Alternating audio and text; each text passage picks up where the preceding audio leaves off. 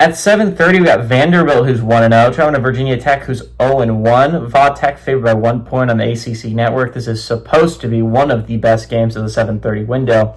Diego Pavia for the Commodores went 20-25, threw for 275 yards, 3 touchdowns, 0 interceptions. Cedric Alexander had 12 carries for 83 yards, and Elias Dowers had 4 catches for 86 yards. Kyron Drones went 15-35, threw for 221 yards, 0 touchdowns, 2 interceptions. It was a rough day against the Gamecocks. Marcellus Hawkins had 15 carries for 58 yards, and Donovan Green had 3 catches for 94 yards. Virginia Tech is 6-4 against Vanderbilt all time. Last game obviously went to Vandy in 2024, but Virginia Tech had won the previous 5, and Vanderbilt is 0-3 when traveling to Virginia Tech. Again, they haven't been able to go on the road and beat Va Tech very often. So this is going to be a really interesting team. This is a Vanderbilt team that feels like they're a sneaky dark horse to make the college football playoffs. So this is a Virginia Tech team that feels the same. They did not start the season great out against a good South Carolina. Again, right now a top 10 South Carolina team.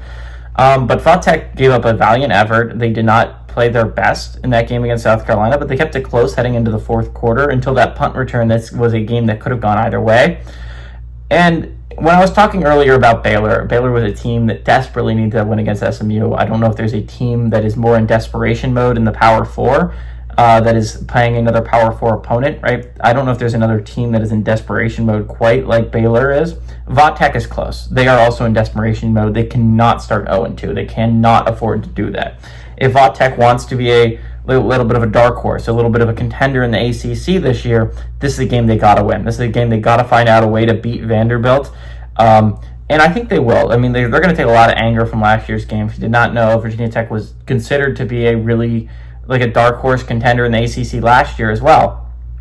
This was a Virginia Tech team that had very high hopes heading into the year. And then they went down to Vanderbilt and they lost in overtime in a heartbreaker. And Virginia Tech never quite fully recovered from that. So this is a game that Virginia Tech absolutely would love revenge against Vanderbilt on. They need to beat Vanderbilt. This is a desperation game for Virginia Tech. For Vanderbilt, you're going to be playing in the SEC. There's not going to be a lot of easy wins. You're going to be underdogs in a lot of football games. You can only really afford to lose 2 football games and put yourself in a decent position to at least try and make the college football playoffs. I don't know what the chances are that we see a 9-3 team make it as an at-large ever. So the chances are that you can afford a loss and you're out of conference is low if you're Vanderbilt. Both these teams are going to be playing with an insane amount of desperation, which I think is going to make for a very fun football game on the ACC network. Drones, I think, is going to have a big bounce-back game. Diego Pavia reminds me a lot of Haynes King. And Va Tech has played Haynes King pretty well throughout his career at Georgia Tech. Again, Pavia got him by surprise. I don't think this time they're going to be playing at home.